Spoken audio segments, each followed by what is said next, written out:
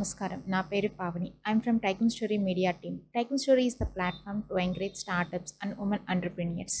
ఇప్పుడున్న జనరేషన్లో ప్రతి ఒక్కరికి సెల్ఫ్ ప్రొటెక్షన్ అనేది చాలా ఇంపార్టెంట్. అందులో ఈ కరాటీ విద్య చాలా ఉపయోగాలు ఉంటాయి.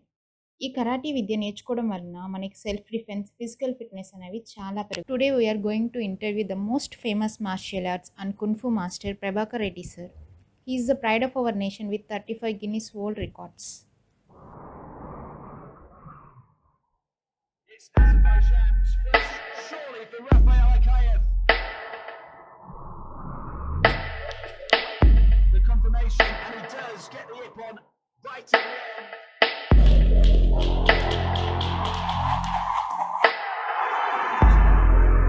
What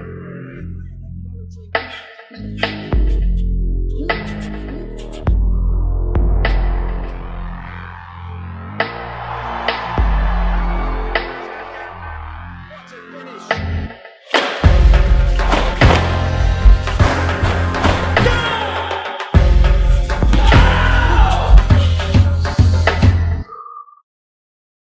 నమస్తే సార్. నమస్తే అండి. చెప్పండి సార్, మీరు ఎక్కడి నుంచి వచ్చారు, ఏం చదువుకున్నారు? నేను నెల్లూరులో అండి, నెల్లూరు సిటీలో నుంచి వచ్చాను, ఆంధ్రప్రదేశ్. నేను డిగ్రీ వరకు చదివాను, BA చేశాను. ఈ ఫీల్డ్లోకే రావాలని మీకు ఎందుకు అనిపించింది సార్, కరాటీయే నేర్చుకోవాలి అని? నాకు మార్షల్ ఆర్ట్స్ అంటే చిన్నప్పటి నుంచి ఇంట్రెస్ట్ అండి. అంటే ఫిలిమ్స్లో చూడడం కానీ రకరకాలుగా చిన్నప్పటి నుంచి ఏంటంటే ఈ కరాటే కుంఫు మీద బాగా ఇంట్రెస్ట్ ఉండేది నాకు. మీ పేరెంట్స్ సపోర్ట్ బాగుండేదా? అంటే ఈ ఫీల్డ్లోకి రావడానికి మీ పేరెంట్స్ మిమ్మల్ని బాగా సపోర్ట్ చేశారా? అంటే ఫస్ట్లో సపోర్ట్ లేదండి, ఎందుకంటే ఈ ఫీల్డ్ ఏంటంటే బాగా దెబ్బలు తగులుతాయని అంటే వాళ్ళ ఉద్దేశం అనమాట. కానీ ఇలాంటివి నేర్చుకుంటే మంచిదే, తర్వాత వాళ్ళు తెలుసుకున్న తర్వాత దాన్ని కొంచెం ఎంకరేజ్ చేయడం జరిగింది. ఎవరి ఎంకరేజ్మెంట్ బాగుండేది సార్? అంటే ఈ ఫీల్డ్లోకి వచ్చాక మీ పేరెంట్స్ సైడ్ నుంచి కానీ ఫ్రెండ్స్ తరపు నుంచి కానీ మిమ్మల్ని బాగా ఎవరు ఎంకరేజ్ చేశారు? పేరెంట్స్లో ఫాదర్ బాగా ఎంకరేజ్ చేసేవాళ్ళు. అదేవిధంగా ఏంటంటే మా ఫ్రెండ్స్ కూడా బాగా ఎంకరేజ్ చేశారు, ఎందుకంటే బాగా ఇంట్రెస్ట్ చూపిస్తున్నాను కాబట్టి ఫ్రెండ్స్, ఫాదర్ అందరూ బాగా ఎంకరేజ్ చేసేవాళ్ళు. మీ ఫ్యామిలీ బ్యాక్గ్రౌండ్ గురించి కొంచెం చెప్తారా సార్? మేము ఒక మిడిల్ క్లాస్ ఫ్యామిలీ అండి.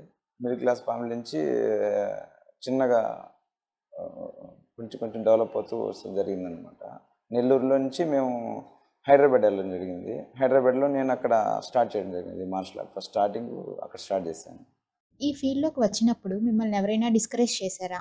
అంటే మీ రిలేటివ్స్ తరపు నుంచి కానీ ఫ్రెండ్స్ తరపు నుంచి కానీ ఎవరైనా డిస్కరేజ్ చేయడం జరిగిందా? అరే ఎందుకు ఈ ఫీల్డ్లోకి రావడం?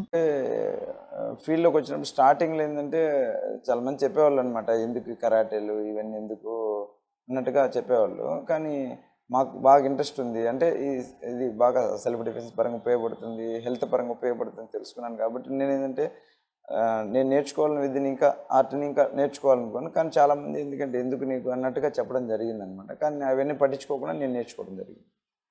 సమురాయ్ స్వార్డ్ ప్రత్యేకత గురించి ఏమన్నా చెప్తారా? సమురాయ్ స్వార్డ్ అంటే మనకి ప్రపంచంలోనే అదొక వారియర్ వెపన్ అండి. కింగ్ ఆఫ్ ద స్వార్డ్ అంటారు సమురాయ్ స్వార్డ్ని. ఈ సమురాయ్ స్వార్డ్కి ఫేమస్ ఏంటంటే జపాన్ అనమాట. నేను జపాన్లో కూడా నేర్చుకోవడం జరిగింది మార్షల్ ఆర్ట్స్. నేను అలా నేర్చుకున్నప్పుడు రకరకాల వెపన్స్, అంటే ఇప్పుడు ప్రపంచంలోనే ఫేమస్ వెపన్స్ నేను 21 వెపన్స్ చేయడం జరుగుతుంది అనమాట. అంటే నేను నేర్చుకున్న వెపన్స్ని కూడా టీచ్ చేస్తుంటాను అనమాట. దానిలో భాగంగా నాకు బాగా ఇష్టమైన స్వాడు సమురాయ్ స్వాడ్ అనమాట. ఎందుకంటే ఇప్పుడు జపాన్లో మనకి ఏదైనా గిఫ్ట్ ఇవ్వడం, ఏదైనా తాతలు ఇలాంటి ఆస్తులు అంటే అలాగేంటంటే ఈ సమురాయ్ స్వాడ్ని వాళ్ళు గిఫ్ట్కి ఇవ్వడం జరుగుతుంది అనమాట. సమురాయ్ స్వాడ్కి ఒక ఖ్యాతిగా చూస్తారనమాట సమురాయ్ స్వాడ్ అంటే జపాన్లో అనమాట. ఈ సమురాయ్ స్వాడ్ నాకేంటంటే బాగా లైక్ అండ్ బాగా ఇంట్రెస్ట్ అనమాట. అంటే ఉపయోగించడం కానీ దాన్ని అంటే ఆ స్వాడ్తో కట్ చేయడం ఇలాంటి మూమెంట్స్ అన్ని బాగా చూస్తుంటాను, బాగా ప్రాక్టీస్ కూడా చేశాను అనమాట. కాబట్టి ఈ సమురాయ్ స్వాడ్ని ఏంటంటే నేను ఎక్స్పర్ట్గా అంటే వరల్డ్లోనే ఫాస్టెస్ట్గా ఏ విధంగా చేయొచ్చు అనే దాని మీద నేను బాగా ప్రాక్టీస్ చేసి దాన్ని ఫాస్ట్గా అంటే యూస్ చేయడం ఏ విధంగా అనేది నేను చూపించడం జరిగిందండి. ఎక్కడ ట్రైనింగ్ తీసుకున్నారు సార్ మీరు? నేను ఫస్ట్ హైదరాబాద్లో నేర్చుకున్నాను అండి 11 years అప్పుడు. అక్కడి నుంచి స్టార్ట్ చేసిన తర్వాత చిన్నగా అక్కడి నుంచి వైజాగ్కి వెళ్ళి వైజాగ్లో బ్లాక్ బెల్ట్ చేయడం జరిగింది అనమాట. దాని తర్వాత నేను మళ్ళీ నెల్లూరుకి రావడం జరిగిన తర్వాత ఇక్కడి నుంచి ఏంటంటే బ్లాక్ బెల్ట్ అయిన తర్వాత ఇక్కడి నుంచి ఆగిపోకుండా ఇక్కడి నుంచి ఇంకా కంటిన్యూషన్ చేయాలని ఉద్దేశంతో ఏంటంటే నేను అడ్వాన్స్ మార్షల్ ఆర్ట్ కోసం నేను చైనా వెళ్ళడం జరిగింది, అదేవిధంగా జపాన్ వెళ్ళడం జరిగింది, అదేవిధంగా మలేషియాకి వెళ్ళడం జరిగింది, అదేవిధంగా థాయిలాండ్ వెళ్ళడం జరిగింది, అదేవిధంగా శ్రీలంక ఇలాంటి వేరే వేరే కంట్రీస్కి వెళ్ళి ఇప్పుడు చైనాలో షౌలిన్ కుంఫు నేర్చుకోవడం జరిగింది, జపాన్లో కరాటే నేర్చుకోవడం జరిగింది, థాయిలాండ్లో మ్యూతాయ్ నేర్చుకోవడం, మలేషియాలో వింగ్చున్ నేర్చుకోవడం జరిగింది, శ్రీలంకలో సిలంబం, ఇలాంటి మార్షల్ అంటే డిఫరెంట్ మార్షల్ ఆర్ట్స్ నేను నేర్చుకోవడం. ఎందుకోసం అంటే ఈ ప్రపంచంలో ఈ ఒక్కో కంట్రీలో ఒక్కొక్క మార్షల్ ఆర్ట్స్కి బాగా ఫేమస్ అనమాట. అంటే ఎందుకని ఇక్కడ ఫేమస్ అయింది ఈ విద్య అంటే దాని రూట్స్ ఏంటి, అక్కడికి వెళ్ళి వాళ్ళు నేర్పించే విధానం, ఆ టెక్నిక్ ఏ విధంగా ఉంటుందని చూసి నేనంటే ఆ మార్షల్ ఆర్ట్ మీద అంటే ఆ ప్లేస్లోకి వెళ్ళి ఆ గ్రాండ్ మాస్టర్ దగ్గర నేర్చుకోవడం జరిగింది. అంటే మాస్టర్ దగ్గర నేర్చుకోవడం వేరు, గ్రాండ్ మాస్టర్ దగ్గర నేర్చుకోవడం వేరు. కాబట్టి ఆ విధంగా నేను ఏంటంటే బాగా ఇంట్రెస్ట్ చూపించి ఒక ప్రొఫెషనల్గా దాన్ని నేర్చుకోవడం జరిగిందండి. అంటే చిన్నప్పటి నుంచి మీరు ఇది నేర్చుకోవడం జరుగుతుంది? అవునండి, చిన్నప్పటి నుంచి నేను 11 ఇయర్స్లో స్టార్ట్ చేయడం జరిగింది. చిన్నప్పుడు ఏంటంటే చాలామంది ఏంటంటే ఈ మార్షల్ ఆర్ట్ కొంచెం పెద్ద తర్వాత చేయాలేమో, లేదంటే అస్సలు పెద్దోళ్ళు చేయకూడదేమో, చాలా అవగాహన లేకుండా ఉంటాయన్నమాట. కానీ ఏంటంటే ఇలాంటి మార్షల్ ఆర్ట్ చిన్నప్పటి నుంచి చేయొచ్చు, పెద్ద తర్వాత కూడా చేయొచ్చు, అంటే ఏజ్ వల్ల నేర్చుకోవచ్చు అండి. మీరు జపాన్ వెళ్ళారు కదా, అక్కడ మీరు స్ట్రగుల్స్ అనేవి ఎలా ఫేస్ చేయగలిగారు? అంటే ఫుడ్ పరంగా కానివ్వండి, లాంగ్వేజ్ పరంగా కానివ్వండి, మీరు ఆ స్ట్రగుల్స్ అనేవి ఎలా ఫేస్ చేయగలిగారు? ఈ జపాన్, చైనా, థాయిలాండ్ ఇలాంటి కంట్రీస్కి వెళ్ళినప్పుడు ఏంటంటే వాళ్ళు మదర్ టంగ్ ఎక్కువ ప్రిఫరెన్స్ ఇస్తారండి, ఈ చైనా కానీ జపాన్లో కానీ. అలాంటప్పుడు మనకి లాంగ్వేజ్ ప్రాబ్లం కొంచెం తేడాగా ఉంటుంది. అదేవిధంగా అక్కడ ఉండే ఫుడ్ కానీ ఫైనాన్షియల్ కానీ అన్ని స్ట్రగుల్సే ఉంటాయి అన్నమాట. కానీ మనం నేర్చుకోవాలనే ఉద్దేశంతో బాగా కసిగా అంటే యుద్ధాన్ని ఎలాగైనా నేర్చుకోవాలి అనే పట్టుదలతో నేను ఆ కంట్రీస్కి వెళ్ళి అంటే చిన్న వయసులోనే వెళ్ళి బాగా అడ్వాన్స్డ్గా పర్ఫెక్ట్గా నేర్చుకున్నాను. కానీ ఎన్నో స్ట్రగుల్స్ వచ్చాయి, కానీ దాన్ని ఫేస్ చేసుకుంటూ వెళ్ళి నేను నేర్చుకోవడం జరిగింది. మీరు first Guinness book of record తీసుకున్నారు కదా, అంత దూరం వెళ్ళడానికి మీ వెనకాల ఎవరో ఒకరు ఉంటారు కదా మిమ్మల్ని బాగా సపోర్ట్ చేస్తూ అంత దూరం తీసుకురావడానికి, అంటే అలాంటి పర్సన్ ఎవరైనా మీ లైఫ్లో ఉన్నారా? అంటే మెయిన్గా చెప్పాలంటే ఈ గిన్నిస్ బుక్ రికార్డ్ చేయడానికి ఫస్ట్ నుంచి నాకు ఇంట్రెస్ట్ లేదండి. కానీ చిన్నప్పటి నుంచి నేను Guinness book of world record చూస్తూ ఉండేవాడిని అనమాట. అంటే మనం చిన్నప్పుడు చూసినట్లయితే టీవీ ఛానల్స్లో ఏంటంటే ఆ షోస్ సండే వచ్చేది. ఆ షో కోసం వెయిట్ చేసేవాళ్ళం. ఎందుకంటే రకరకాల ప్రపంచంలోని రకరకాల వింత వ్యక్తులు, రకరకాల టాలెంట్ అనమాట. అంటే నాట్ ఓన్లీ మార్షల్ ఆర్ట్స్ అండి, రకరకాల డిఫరెంట్ స్టైల్ డిఫరెంట్ యాక్టివిటీస్ అనమాట. చూస్తూ ఉంటే చిన్నప్పుడే అరే గిన్నిస్ రికార్డ్ చేయాలి, మన ఇండియాకి కూడా ఇలాంటి రికార్డ్స్ చేస్తే కూడా బాగుంటుంది కానీ అనుకునేవాడిని అనమాట. దాని తర్వాత నేనేం చేసినానంటే ఈ రికార్డ్స్ మీద మెయిన్గా వెళ్ళడానికి రీజన్ చెప్తున్నా అండి. ఫస్ట్ ఏంటంటే ఈ మార్షల్ ఆర్ట్ నేర్చుకున్న తర్వాత మన సిచ్యువేషన్ అంటే మన ఏరియాలో చూసుకున్నట్లయితే చాలామంది ఫిజికల్ పరంగా మెంటల్ పరంగా చాలా ప్రాబ్లమ్స్ ఫేస్ చేస్తడం జరిగిందనమాట. ఈ ఫిజికల్గా మెంటల్గా వీళ్ళు ప్రాబ్లమ్స్ ఫేస్ చేయడం వల్ల ఏంటంటే నేను ఈ మార్షల్ ఆర్ట్స్ అనేది అందరికి కూడా అవగాహన చేయడం వల్ల అందరిలో ఈ ప్రాక్టీస్ చేశారనుకోండి అన్ని విధాలుగా బాగుంటుంది కదా.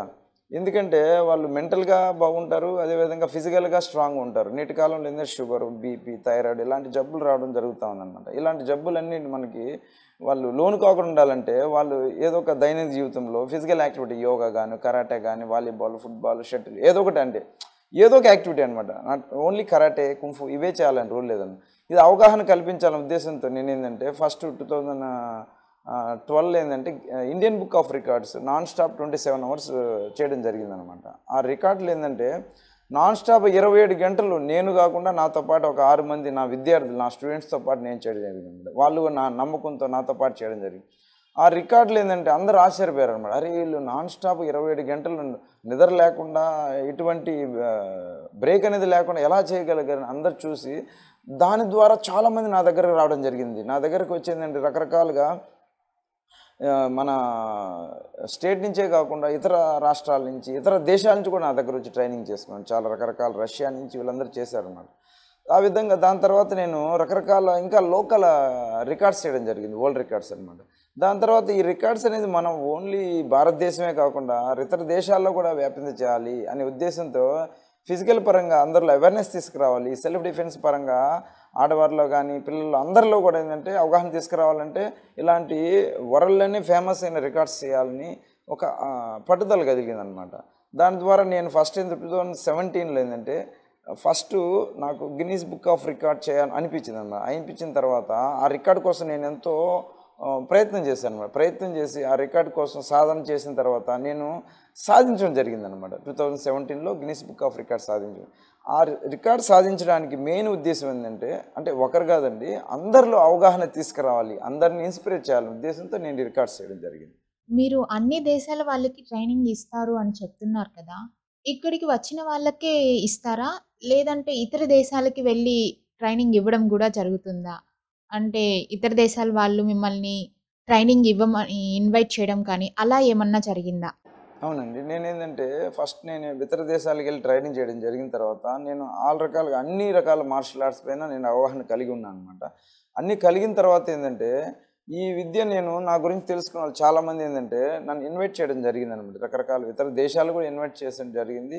అదేవిధంగా మన నెల్లూరుకి వచ్చి నెల్లూరులో ఉండి, అంటే ఎక్కడి నుంచో పెద్ద సిటీస్కి వెళ్తారు అన్నమాట చదువుకోవాలన్నా కానీ ఏదైనా యాక్టివిటీ నేర్చుకోవాలన్నా. కానీ బెంగళూరు నుంచో, హైదరాబాద్ నుంచో, చెన్నై నుంచో, ముంబై నుంచో, హిమాచల్ ప్రదేశ్, రకరకాల స్టేట్ నుంచి, లండన్ నుంచి, రష్యా నుంచి, మలేషియా నుంచి, రకరకాల కంట్రీస్ నుంచి కూడా మన ఇక్కడ నెల్లూరుకి వచ్చి నేర్చుకోవడం జరిగింది. 100 మంది నేర్చుకున్నారండి ఇక్కడికి వచ్చిన తర్వాత.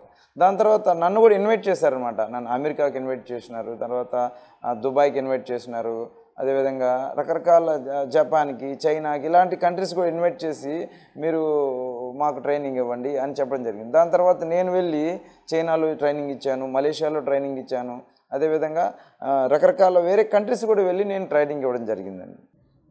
సార్ 3 ఇయర్స్‌లోనే మీరు 20 రికార్డ్స్ తీసుకున్నారు కదా!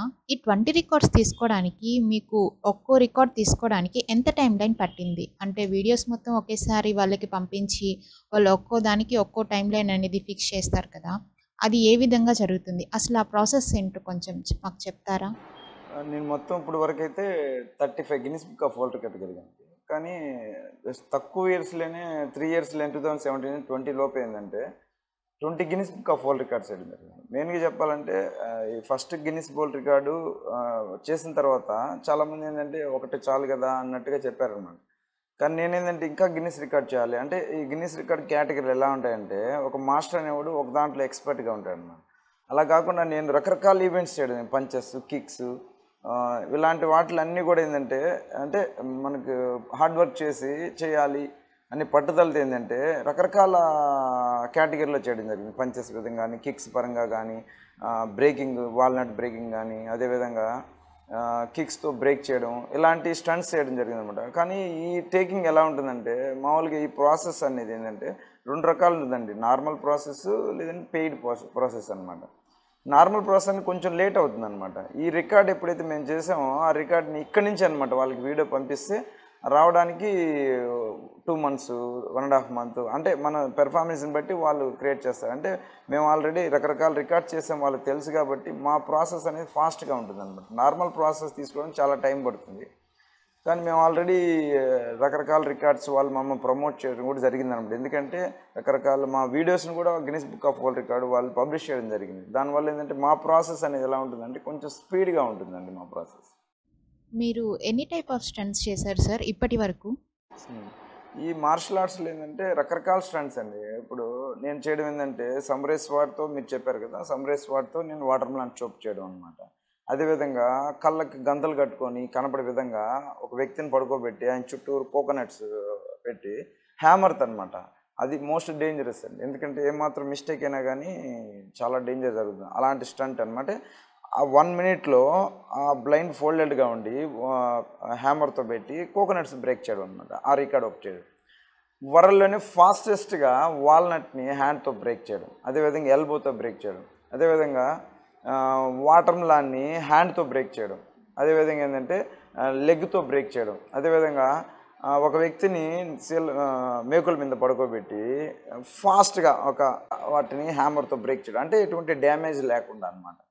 అదేవిధంగా ఏంటంటే ఇలాంటి రకరకాల ఈవెంట్స్ అండి. అదేవిధంగా వరల్డ్ ఫాస్టెస్ట్ పంచెస్ చేయడం జరిగింది, వరల్డ్ ఫాస్టెస్ట్ కిక్స్ చేయడం జరిగింది అనమాట. రకరకాల, అంటే మార్షల్ ఆర్ట్స్ ఎన్ని రకాలుగా ఉన్నాయో, పంచెస్ పరంగా కానీ, కిక్స్ పరంగా కానీ, బ్రేకింగ్స్ పరంగా కానీ, స్టంట్స్ పరంగా కానీ, అన్ని ఈవెంట్స్లో నేను Guinness book of world records చాలా రకరకాలు చేయడం చేసి అందరి ప్రపంచంలో, అంటే మనం ఒక రికార్డ్ చేసి ఛాలెంజ్ లాగా అనమాట. అంటే ఎక్స్పర్ట్ అంటే ఒక దాంట్లో ఎక్స్పర్ట్ అనే కాకుండా మిగతా వాటిలో ప్రతి దాంట్లో మనం ఇది చేయగలం.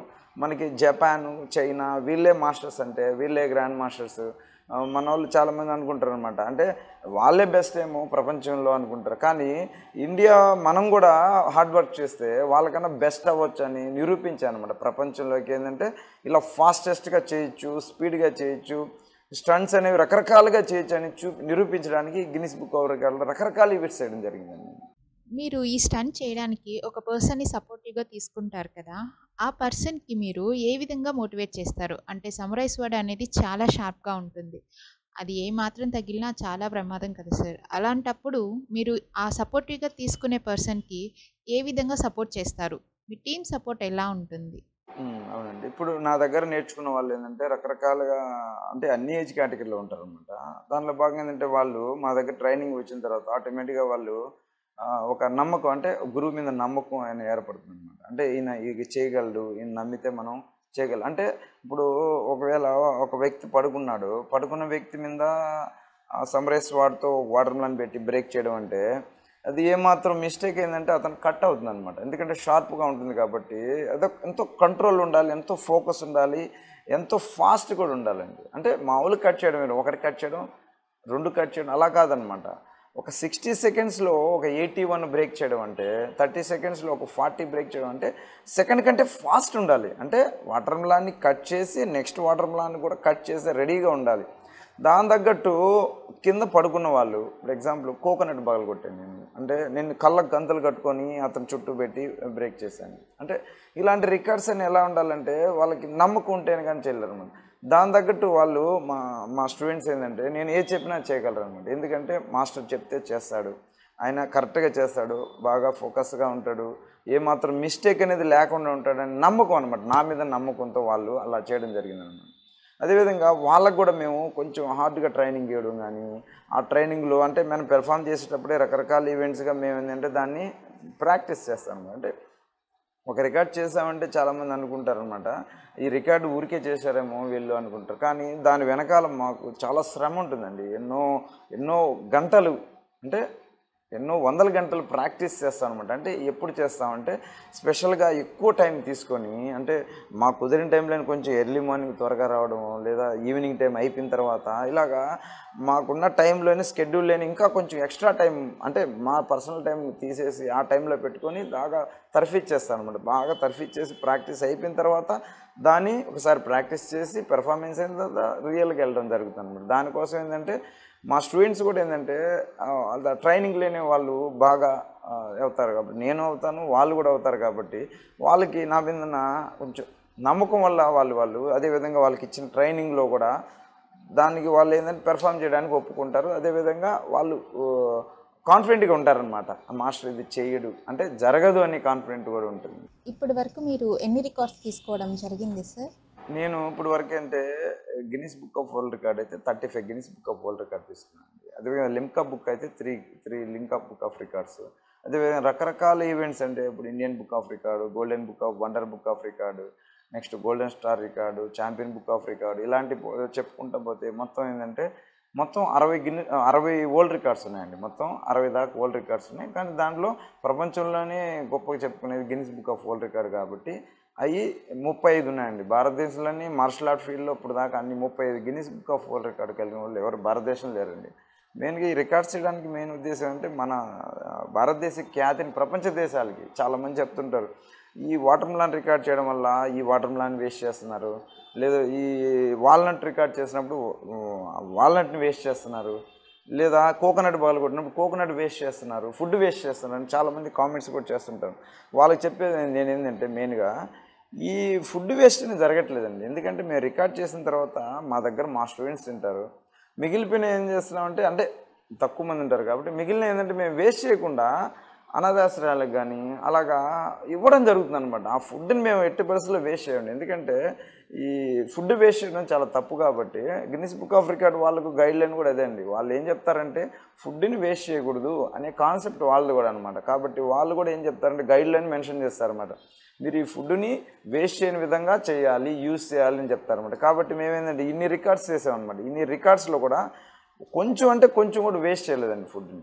ఆ ఫుడ్ని ఏదో ఒక పరంగా మన వ్యక్తులకి, అనాథాశ్రయాలు కానీ ఎవరైనా బీద వాళ్ళు ఎవరైనా వాళ్ళకి మేము ఇవ్వడం జరిగింది, మేము కూడా తినడం జరిగిందే. కానీ ఎట్టి పరిస్థితుల్లో ఈ ఫుడ్ వేస్టేజ్ అనేది జరగలేదండి ఎన్ని రికార్డ్స్ చేసినప్పుడు కూడా. మీరు 1 మినిట్‌లో ఎన్ని బ్రేక్ చేయగలరు? వాటర్ మిలన్స్ కానీ, కోకోనట్స్ కానీ మీరు 1 మినిట్‌లో ఎన్ని బ్రేక్ చేయగలరు? అంటే ఆల్రెడీ ఇంతకుముందు ఏంటంటే ఈ వాటర్ మిలన్ రికార్డ్స్ అనేది ఏంటంటే మామూలుగా ఈ 1 మినిట్లో తక్కువ ఉన్నిందండి. ఫస్ట్ ఏంటంటే ఈ రికార్డ్ అనేది ఎలా ఉన్నిందంటే ఫస్ట్ జపాన్ పేరు మీద ఉన్నదన్నమాట. జపాన్ వాళ్ళు 1 మినిట్లో ఈ రికార్డ్ని 25గా ఉన్నిందండి. 25 అంటే watermelon chopped in stomach in 1 minute ఉన్నిందండి. దాని తర్వాత దాన్ని ఏం చేశారంటే అమెరికా వాళ్ళు బ్రేక్ చేశారన్నమాట. అమెరికా వాళ్ళు బ్రేక్ చేసి అమెరికా రికార్డ్ని 45గా క్రియేట్ చేసుకున్నారు. అంటే వాళ్ళు ఛాలెంజ్గా జపాన్ ఛాలెంజ్గా వాళ్ళు చేయడం జరిగిందనమాట. దాని తర్వాత మేమేం చేసినామంటే ఆ రికార్డ్ని బ్రేక్ చేసి మన ఇండియా పేరు మీద తీసుకున్నాం. అమెరికా వాళ్ళ రికార్డ్ని మనం బ్రేక్ చేసి 1 మినిట్లో 60 సెకండ్స్లో 81గా క్రియేట్ చేస్తాం. అంటే వాళ్ళు 45 ఉన్న దాన్ని మనం చూడండి 81 రికార్డ్ 81 అంటే ఎంత ఫాస్ట్గా చేయగలమంటే వరల్డ్లోనే ఫాస్టెస్ట్ అనమాట. ఇప్పుడు దాకా ఆ రికార్డ్ని ఎవరు బీట్ చేయని విధంగా చేయడం జరిగింది. అదేవిధంగా కోకోనట్ బ్లైండ్ ఫోల్డెడ్ అనమాట. కళ్ళకు గంతలు కట్టుకొని కొట్టడం అంటే అది చిన్న విషయం కదండి. ఎందుకంటే దానికి ఎంతో ప్రాక్టీస్ ఉండాలి, దాని దగ్గర ఎంతో నాలెడ్జ్ ఉండాలి, ఆషామాషిగా చేసే విధం కాదండి. దానికి ఏంటంటే మేము కూడా ఎంతో ప్రాక్టీస్ చేసి మాకు అంటే మేము చేసే ట్రైనింగ్లో కూడా ఎలా ఉంటుందంటే అన్ని జ్ఞానేంద్రాలు పనిచేసే విధంగా అంటే అన్ని సెన్స్కి ఉపయోగించే విధంగా ఉంటుంది అన్నమాట ట్రైనింగ్ అనమాట.